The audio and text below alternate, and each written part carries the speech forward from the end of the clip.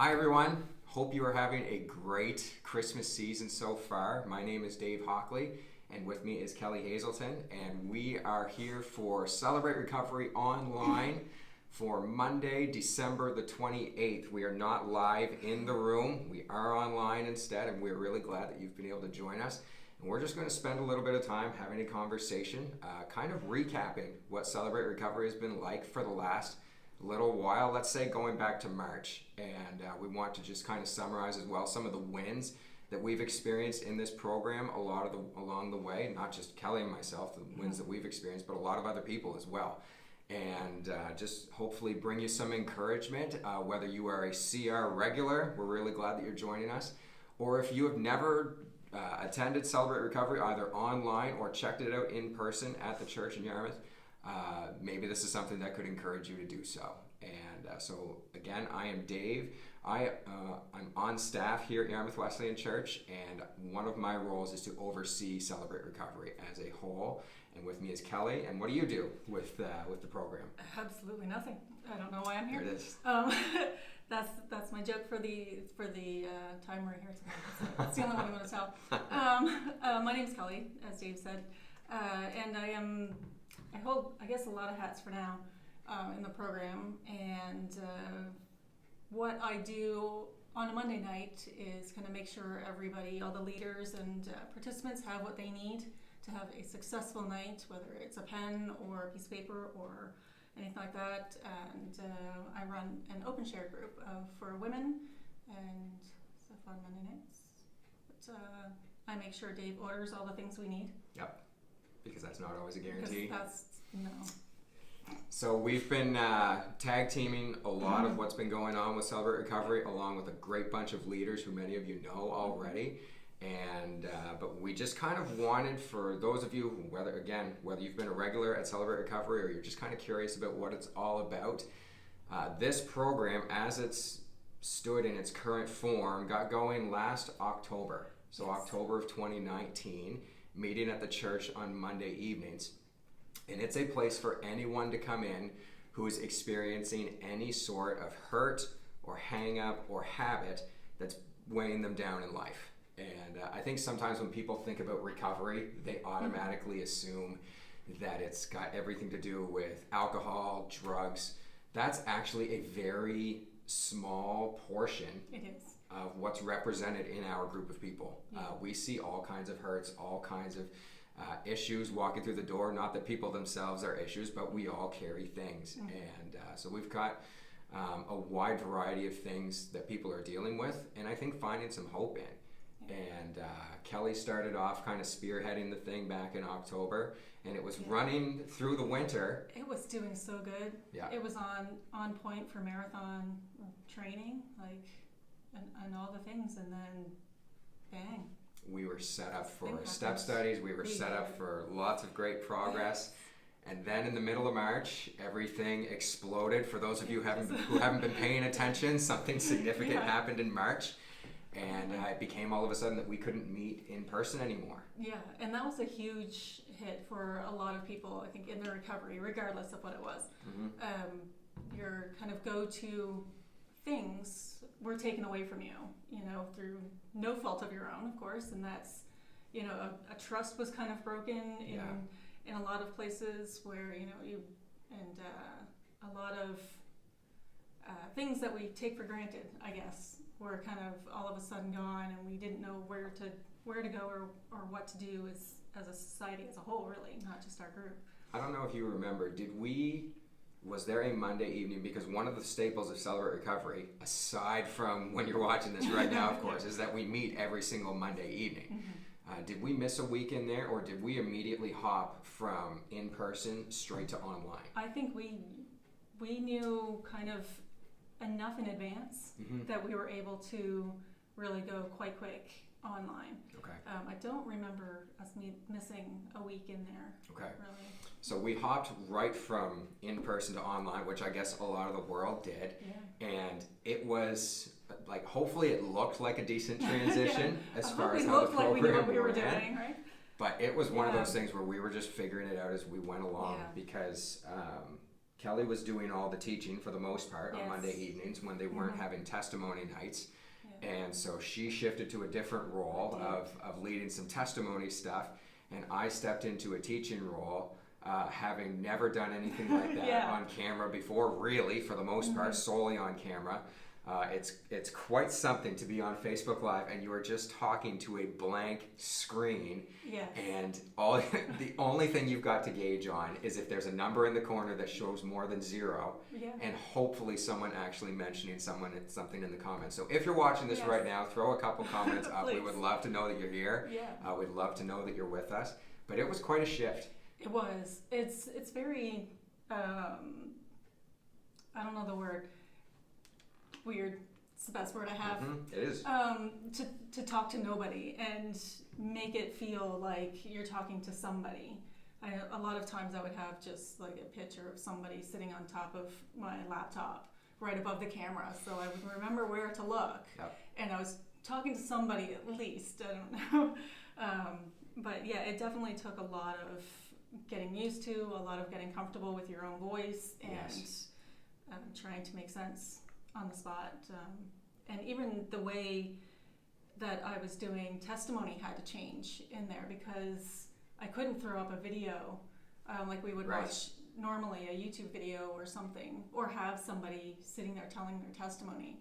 I know I tried to tell mine, and that just did not go well at all. It's hard to do over a computer. It is, and especially when you have a chat going and you want to reply to what's being said and you want to cover it, but you know you've got things that you want to cover too. Yeah. So that really it took a lot of getting used to and changing on the fly really how we did those. So what we started doing, or what I started doing, was doing some character development from Bible characters and kind of showing that the issues and struggles that 2,000 years ago people were going through are still relevant and prevalent here today, and Totally. trying to make those links for people. And I learned a lot about people that I knew were in the Bible before from sermons or things like that, but I never really knew who they were or what their stuff was. And it's a lot of the same when I meet people here.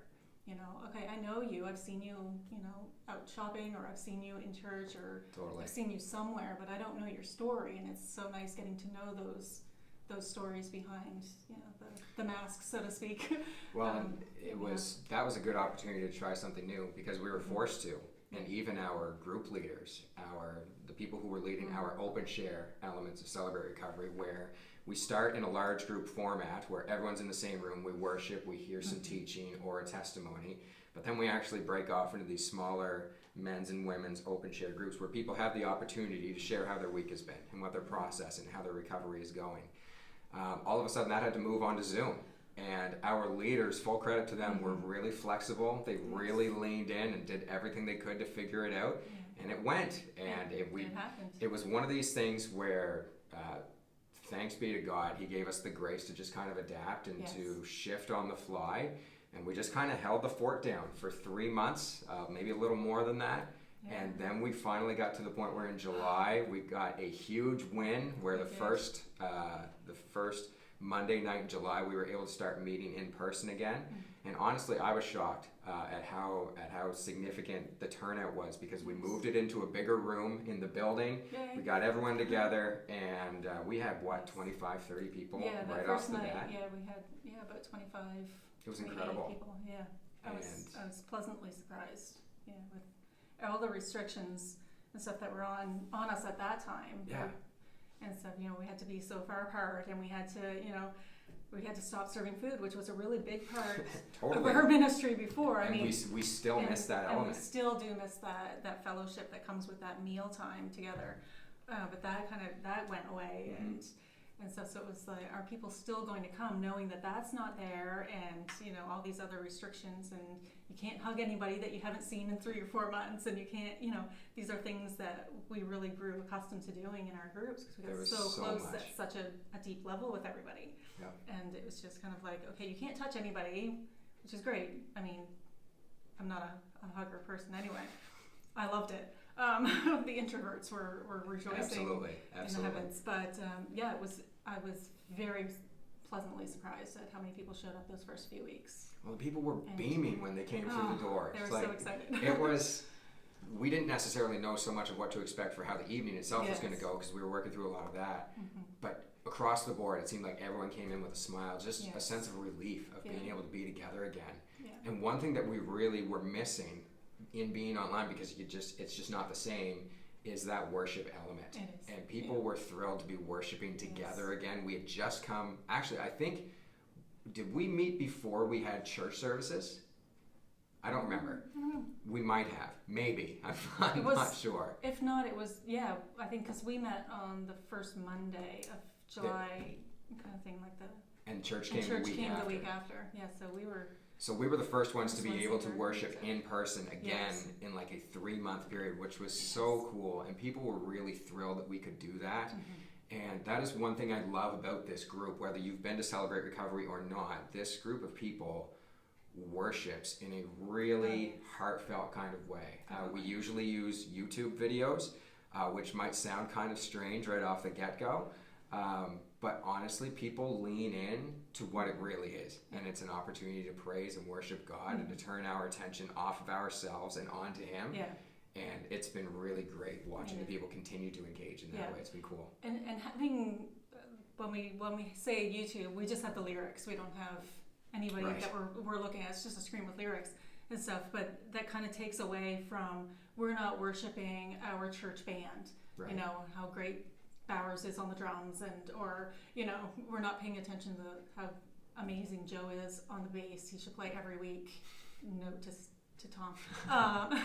But and it was just the lyrics. It was just the music and the movement in the room. It wasn't somebody performing for us and us getting back to them. It was solely for God.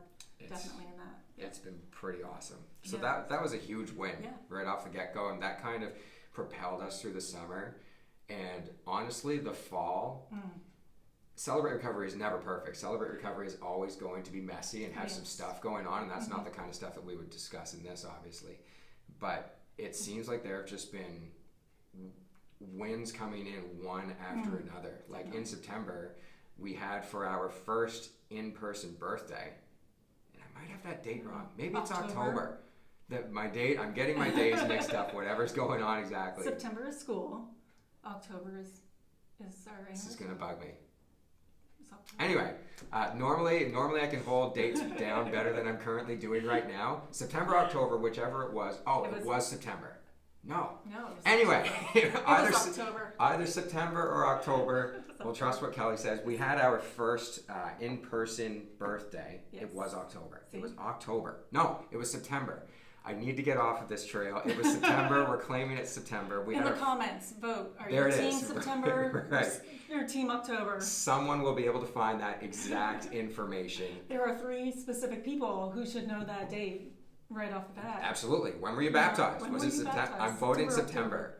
Kelly thinks October, but I'm voting September. We had our first in-person birthday, and we had those baptisms. Yes. And it was a crazy, great night. We had some live worship, and so for as much as we have disparaged live worship, it was really cool to have Alex Decker and a few people leading worship for us. People responded to that really well, but the baptisms were just so special. Oh, it was, and I kind of hesitated bringing that to you. We want to make the large group events and evenings very personal to the participants. We don't want it to just be a classroom where you sit there and somebody talks to you for half an hour, 45 minutes, and then you go into a room and somebody else talks to you. We wanted to make that connection, and make it really personal and really show the commitment and the growth in Christ that people have been experiencing through the year. And it was, when I brought it to you, I was kind of like, all right, the worst he can do is say, no, you're fired. And then I was like, is that really the worst? Right. But, when I brought it, I was like, you know what? I think some people are ready to make that step and make that public declaration that, you know what? I'm not perfect. And I still have some mess, and I still have some work to do, but God loves me.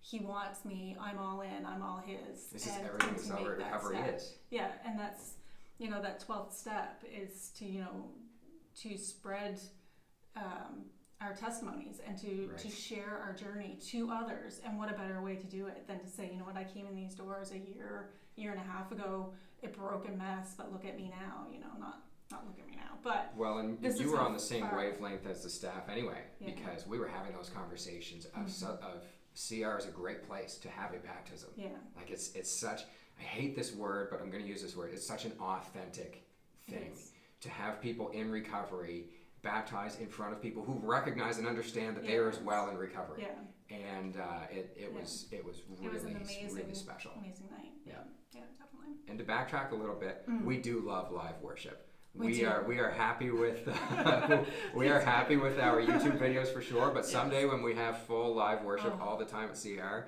it's going to be awesome. We're trusting that that'll happen at some point. But like you talked about, everything that those baptisms signify, like in theory, there should be a baptism every single night at Celebrate Recovery, because that's the epitome of what is going on in a person's life. Is literally dying to themselves, dying to their old ways. And that's everything that the lessons take us through in this program, everything that the open share and step study groups take us through. It's away from our old life and into something new in Jesus. Yeah. And so many of the people watching this who have been part of Celebrate Recovery for a while now, we've seen some huge, just changes. Unbelievable. Yeah. Well, we can even throw it back to just recently when we had our first chip night. Yes. And for those who don't understand what a chip night is, why don't you tell them? Chip night is when we all sit and eat our storm chips. Again, last joke, promise. Chip night is a night where we as a family, you know, a CR family, recognize the journey that each individual person that walks through those doors is on. And it's right in our name, Celebrate Recovery. We don't say, you know, celebrate sobriety or we appreciate whatever, you know, we celebrate every little step and every little milestone in the journeys of everybody. So a chip night is just kind of a visual way that we can show and encourage people to keep moving forward in their recovery. And I say recovery, not sobriety, purposefully, because not everybody is here to be sober of something. We're all in recovery of something. And I should have counted last night after we met. We started out with a plethora of chips, and we now have a handful. So you do the math. And what do those chips represent? The chips represent the time that has gone through in somebody's recovery. Excuse me. So everybody who chooses to surrender an issue or hurt, habit, hang up to God takes a blue chip. And that might be the only chip you took Monday night or take on another night, you know, because you've only just now identified, you know what, this is what God is telling me I need to work on. Right. And I'm giving that to Him. You know, I'm no longer in control over that. I'm not going to try to be God and fix this on my own. But then we have chips for every month. So 30 days, 60 days, 90 days, 4 or 5, up to 11 months. And that's, you know, sustained recovery in whatever issue it is you're working on. And it was just such, I'll say honor, because it really is. It was amazing to be able to stand on stage, and when I would call out those dates, to just see, at first people kind of hesitant, of course. Absolutely. You know. They didn't know what they were doing. Sure. We've never done this before. We've never done this. We kind of didn't have a lot of time to explain what everybody was going to do at any given time, you know, but just to encourage people, you know what, if you have those 30 days, it might not seem like a lot, right, but come celebrate that. We want to celebrate that win with you. And now you have something, because we're not meeting right now, you know, through this holiday season when it is really hard for a lot of people, regardless of what you're working on. Yes. This is a really hard time of year. It's dark all the time, you know, you're surrounded by people that maybe you aren't normally surrounded by and you don't really gel with, you know, it's a lot of things. So to have that physical chip in your hand, you know, it's like, okay, I've done 30 days. This doesn't mean I have to do another 30 days to get that next chip. It's, I've done 30, I can do one more. Absolutely. And it's just one more, and then one more, and then one more, and then before you know it, you've got a key ring full of chips. It was pretty cool to see whether someone came up for just one chip or a couple of chips, or a few people coming up for a whole bunch of them because of the journey they've been on. Yeah. But I think people should have been encouraged by whatever chips they received, but also seeing everyone else going up as well, knowing, well, hey, that person's in my group. I've connected with this person. I know what they are going through because they've shared with me, and I think it builds an added layer of confidence that I can get there as well. Yes. And so these will be monthly things, and they're really special. Yeah. And it was a feel of more than, and as you've alluded to this, it was a feel of more than they're taking a piece of plastic that's got some color to it. If it was a sign of some Holy Spirit driven healing and progress in life and achievement, and people were clapping, and it was one of those moments that I had a hard time describing in the moment following it, but it was really special, and we can't wait for the next one. Oh, I can't wait. Hopefully I get to sit in the audience and watch the next one, because I think it's a whole different thing when you're standing up there, just kind of you're doing the leader sort of thing. And I mean, not to say that it was not impressive and that I did not totally get all fluttery inside every time I saw somebody coming up, especially people being one of the first, or I don't want to brag, the first person, to run through a step study with a group that I'd never met before, right? And to see all those people who were there then and the progress that they've made, and every time, they would come up, and I was like, yes, it's amazing. They're doing it, and I know it hadn't been easy. Like, they may have come up and got a 6-month chip and stuff, but that's what not that to represents. say that 6 months was a breeze, and they just said, "Oh, God's got it," and I just sail through life now, right? It was struggle in those 6 months, and they persevered and they made it. It's a great thing to celebrate in Celebrate Recovery, and chip nights are a huge part of that. We can't wait for more of them. So I'm glad you alluded to the step study. That's been a huge thing that's been going now for a couple of months, I want to say, maybe closer to 3 months, however long it's been. But we've had 25-ish people, both men and women, involved in this thing.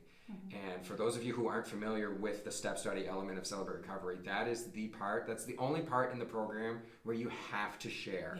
You can come to the large group. You can even come to open share and not even open your mouth. It's one of those things you can be totally anonymous if you want to, and just kind of soak in the information, hopefully be encouraged.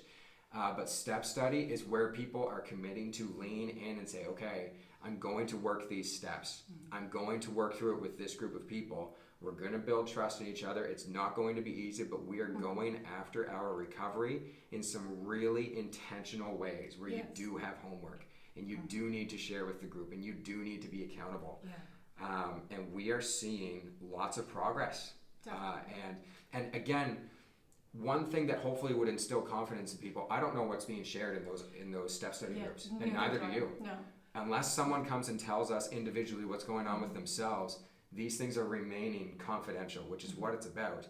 We can just see it on people's faces, the progress that they're making. The way they carry themselves when they walk into a room and stuff. And it's just, when you watch that person come through the doors on the first night, and they're scared, and that's the normal reaction when you're walking into something with a bunch of people. You don't know who's going to be there, or what's really going to happen. It's a total unknown. And then to see them, months later or whatever, come through the doors, and they're just beaming, and they've got a pep in their step, and they're just like, hey, how, and it's awesome. That's my favorite part, I think. I want to read a few of the things that people have told us about how the step studies are going. We've got lines like, I'm taking comfort knowing that I am not alone. Well, if you get nothing else out of Celebrate Recovery, that's probably a pretty good place to start. Things like, I'm being grateful for the little things in life now, or old behaviors are changing, and I'm accepting responsibility. That's a huge part. That is huge. I think one of the most unnerving things about Celebrate Recovery is right away we tell people, like, you're not off the hook. Someone may have done something horrific to you. You may have had some circumstances in your life that you had no control over. But at the end of the day, Celebrate Recovery, this program, does not let people abdicate that responsibility. At the end of the day, regardless if something came down to our fault or whatever happened, we are the ones responsible for our recovery. We are the ones responsible for leaning into Jesus and having those pieces put back together. And for someone to say, I'm accepting responsibility, like it's huge. It's incredible. Yeah, it is. And it's, what you said, like, we do have to take responsibility for our actions. And one of the very first questions in the step study homework is, what do you have control over and what do you not have control over? Serenity prayer. And you very quickly realize you don't have control over a lot, especially, the last 9 months, almost a year now, Right. have really shown us that we have no control over a lot of things that we thought we had control over. Before, we thought we had control over when we could go visit people, and now we're like, no, you don't. All these different things, That's it's kind of true. taken away, and we really learn that. I have a part in what's happening to me, and choosing how I respond, if I respond at all, and things like that. And I just wanted to kind of add to that. It's never going to be everyone else's fault in your life of things going wrong. There is a component of you have some fault in that too, and that's not a bad thing when you recognize it. That's called being human. It's human. I just want to kind of put a disclaimer in there that if you've experienced trauma as a child, you have no fault in that. Please Right. understand that. We Yes. don't. That's not what we're saying. Yeah. But those things have affected the way that you have carried your life through from that point. Speaking from experience and stuff. So I have a responsibility in those things, not that initial experience, of course, but those things following. So I just wanted to make sure that we clarify that. And even with that, one of the things we realize in Celebrate Recovery is people come in with different visible issues. Yeah. Things that they could point to readily and easily and say, this is the thing I'm having a hard time with. One thing we discover as we work through these steps and as we understand the teaching of the lessons is that when you boil it down and when you actually go layers beneath the surface, I don't want to say we're all the same, because we're not, but we have very similar roots. Yes. And we have very similar insecurities and sources of pain. Yeah. Even if the specifics are different, even if the timing is different. Yeah. What manifests itself on the surface in our lives, and that's usually the stuff that we're ashamed of. Yes. That's usually the stuff that makes us feel insecure and that we don't want to share and that we'd rather clam up and just try to bury it and hopefully just white knuckle our way through life and hope we can get past it. When we're actually willing to look past those things, we actually see that maybe we're not that different from the person sitting across from us, who their outer expressions, their outer struggles are different, but the sources are actually quite similar. And there's a lot of freedom in that. It is. There's a lot of again, to overuse this word, community in that. Yeah, definitely. And that kind of came up in our open share last night. And with one of the ladies in my group, and I say lady because I will never lead a men's group. So she also says lady for confidentiality and for purposes. confidentiality purposes, of course. One of the ladies in our group said, I don't know why I'm here. She saw everybody coming up for chips and saying, okay, I've nailed down the thing, right? And she said, I don't know what mine is. I know something's wrong. I know my life's not going the right way, but I don't know what it is. I don't know what to pick up a chip for. And that's perfectly normal for a lot of people. I came in from an alcohol kind of stance, having dealt with my issues through the use of alcohol. So that was something that was easy for me to kind of identify. Obviously, it's that thing that's right in front of my face and stuff. But for somebody who's coming in from a deep hurt and they just kind of can't figure out where that went wrong, right? It is perfectly normal to not know why you're here yet. Yeah. And it's only through, opening up. And like you said, in open share, you don't have to share. You can sit there. It'll be a really boring hour for you. But, you do get out of it what you put into it. Yes. And that's especially true for the step study and things like that. But the more you're willing to open up, even if it's just a little bit at first, we don't need to know your whole life story on the first night you're here. And it's probably not a good thing that you do that on the first night you're here. But the more you choose to share and the more you are willing to listen to what other people are sharing, really listen to what they're saying and not try to figure out what you're going to say next, something will click in the words from somebody else of like, oh wait, yes, that is 100%. Similar to something that I've been through. And when we talk about accountability partners and sponsors, we try to say, find somebody who has a similar issue Yes. and stuff, but you may not find somebody, if you're here for alcohol, I'm just using that because it's mine, if you're here for alcohol and nobody else is, Right. you know, Yes. well, okay, I can't have a sponsor. Like, no, like, get to learn about the other people that are here, because just because somebody here is here for anger, that doesn't mean that the reason of anger is not the same as your reason for alcohol 100%. and stuff. So that's something that, you know, the more you open up and the more you're willing to listen to other participants and be involved in the groups and things like that, the more you will learn about other people in the group and form those bonds of little friendship groups. I don't want to say cliques because that sounds high schoolish, but we're seeing a lot groups. of that. And we do see a lot of that, yeah. And we're seeing people connect in ways that I don't think they would have expected, but I also know they wouldn't trade. Exactly. And Definitely. We're already seeing some lifelong friendships coming from this, and some trust being built. Yeah. And maybe now all of a sudden you're going to church and there's people you recognize and you know their names, and it's just a different feel. Like, we integrate into the body of Christ in community at some deep levels through Celebrate Recovery, and it's really good. Yeah, so definitely. we are almost out of time, but we want to just cover a couple other things quickly. What's one thing you have been learning through Celebrate Recovery in your duration of time that you've been involved, and however long it's been? Dates mean nothing anymore. What's something that's really struck you as part of this program? I think the thing, and it's going to sound really, it's going to sound, I don't know, like words. It really is for me. I will have 5 years of recovery from alcohol in March. Amen. Awesome. And it's definitely, it's not been easy.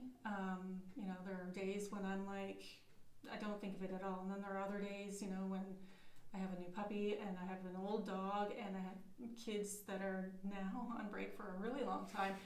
And it gets to me. And I can't just go and do something because of restrictions that are put on us. And, you know, there are still days where I'm just like, I just need just a drink and I would be fine. And my husband reminds me very politely that no, that's not a good choice for me. And so I do still struggle at times with it. But that being said, when I'm here on a Monday night and I see people who are struggling with whatever it is, and again, like, I don't know a lot of them, even a lot of the ladies that are in our groups, I don't know because I'm not in my group. Yeah. So I don't know their struggles, but I can see they're struggling with something, and the courage that they have to come in and just work on it, that encourages me. And it seems like that's something I would say as a leader, right? But it really is true. You know, absolutely it is. When we're talking about, again, I'm going to say accountability partners and sponsors because it's a really important part of this program. When we were talking about it last night in my open share, you know, I always suggest to people, I will never tell you who is going to be on your accountability team. You know, that's not my choice. That's up to you and who you click with and things like that. But I always suggest for people who are searching that out to have somebody who is ahead of them in their recovery and someone who is maybe not as long in their recovery as you are and stuff, because you're going to gain the wisdom and strength from the person who has that time in above you and stuff. But you're also going to be reminded of, you know, the struggle of it from the person who's coming up behind you. So you act, but you are in turn acting as a source of encouragement to that person too. So you're going to get from either side. And I think that's a huge thing that I still get from this group. You know, I might have been in here the longest or whatever, but I still can find people who have recovery in a different issue much longer than I have in my issues. Well, and that keeps us humble. So, and it's like, okay, I've still got some, when I think I'm riding high, you know, like I still got some work to do too. Right. But I'm at the same time encouraging other people along behind me, and that's a huge win, a huge gain for me. Like, that's what makes me here every Monday night. I think it's the win of having that constant humility. Yeah. Surrounding ourselves with other people in recovery, people who are going through great stretches and rough stretches, kind of brings a little bit of perspective of we can be in either spot at any given time. Yeah. And I had another thought that I was going to run with on that, and I forget it, and it's gone, so that's all right. But that makes a lot of sense. One thing that I've been learning, and maybe I knew this, I think I did know this going into Celebrate Recovery, but I've seen it more, is just the value of being together with other people. Yeah. I think there are a lot of folks who have come through the doors of Celebrate Recovery with a little bit of fear and trepidation, a little bit of nerves. We've heard of a few people who they sat in their car in the parking lot for weeks at a time and would not get out of the vehicle. Wanted to, couldn't bring themselves to do it. Finally got through the doors, and now they've settled right in. I don't want to say it's always a 100% seamless experience for everyone, because it's recovery we're talking about. Sometimes it's messy. But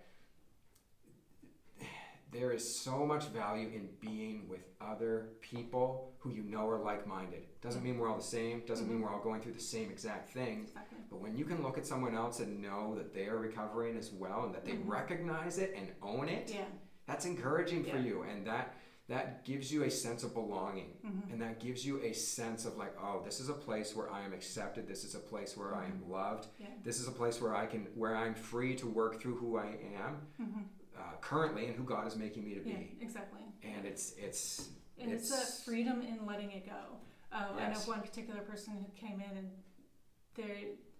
they knew of the program because they're friends of mine way before this and stuff, and they kind of heard it, but it was always, oh, so and so could use that, or I know somebody who could. And then when the more I talk about CR a lot in my day-to-day life with people, and friends included, and so until I started kind of mentioning other things, and they were like, wait a minute, and I kind of handed this person one of our the pamphlet things. I'll have some in my bag here. I was going to have one up here, and I gave it to this person. I always give people two, one for you and one to leave somewhere else or whatever, and I said, just leave it on your coffee table, and so may pick it up and take a look at it. And they're like, yeah, okay, that's a good way to kind of slide it in. You're not being intrusive and saying, hey, you need to go to this recovery program. But the more that person looked at that pamphlet, the more they recognized that, hey, maybe I need this too. And, that recognition of, all right, I'm not perfect either. And, and then to come through the door and be like, oh, wait, now all these people are going to know I'm not perfect, and that I'm broken. It's like, yeah, but they've already admitted it too. It's just an acceptance of reality. It's amazing sense of being. Well, as we wrap up, just a couple of words of encouragement. If you are watching this and you've never tried Celebrate Recovery before, why don't you come and check it out on January the 4th, next Monday at 6:30 right here at the church. It's anonymous. You can come and observe. You don't need to say a word if you're not comfortable, but we would imagine the vast majority of people do settle in relatively quickly. And you're not forced into anything as part of that. It's just an evening to find some encouragement. We would love to see you. And again, it's an open thing. It's an open invitation. We would love for you to join us for that. If you are part of Celebrate Recovery and you are joining us as part of your Monday evening routine right now, please, as we have talked about and as your step study leaders or open share leaders have talked about, please reach out to your accountability partners and sponsors real soon, just to keep that rhythm going, just to keep making those good decisions and taking those good steps. They may feel forced sometimes, but they're so valuable, especially on these evenings. So make sure you are connecting with someone, as Kelly said, not just for their benefit, or not just for your own benefit, but for theirs. It's a two-way street. So make sure you're doing that. And we want to let you know of some cool things that are coming down the line for the winter in Celebrate Recovery. We are having another chip night, as we talked about. That's going to be on January the 18th. And so if you're counting down the days for that, you can circle that on your calendar. That's when that will be. It will not snow that evening. And something that we've only done a couple of times here at Celebrate Recovery in our setting specifically, we are getting ready to have another live testimony. I don't have the exact date for that, but we're going to keep that a surprise. We are going to have a real live South Shore Yarmouth Celebrate Recovery person sharing their testimony. And that's going to be great. We're going to support them and be encouraged by them. And we are gearing up for another baptism. Yeah. We're not going to tell you when it is. No. Again, we're going to try to keep you guys hanging a little bit on this, but we are seeing new life in Jesus. Definitely, And we are going to help and encourage people to take that step, and we're going to fill up that tank again. It's going to be pretty awesome. Yeah, definitely.